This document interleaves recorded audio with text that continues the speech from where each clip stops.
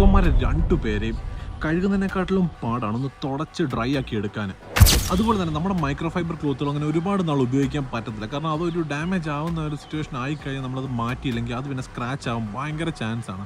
So ഇത് തുടച്ചടക്കാൻ എങ്ങനെ ഒരു 1200 GSM ഒരു മൈക്രോ ഫൈബർ ക്ലോത്ത് വേണം.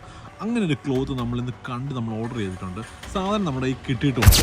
അത്യാവശ്യം വീഡിയോസാണ് നമ്മൾ ഈ ഒരു പ്രോഡക്റ്റ് വാങ്ങിച്ചത്. ഈ നോബിൾ ഓട്ടോ കെയറിൻ്റെ മൈക്രോ ഫൈബർ ക്ലോത്ത് ഒരു ട്വിസ്റ്റഡ് ലൂപ്പാണ് ഇതിൽ വരുന്നൊരു ടെക്നോളജി. 1200 GSM ആണ് സാധനം വരുന്നത്.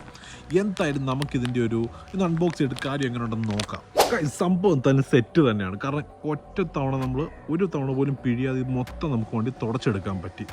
സംഭവം ക്വാളിറ്റിയും അടിപൊളി തന്നെയാണ്. എന്തായാലും നിങ്ങൾക്കൊന്ന് ട്രൈ ചെയ്യാവുന്നതാണ്.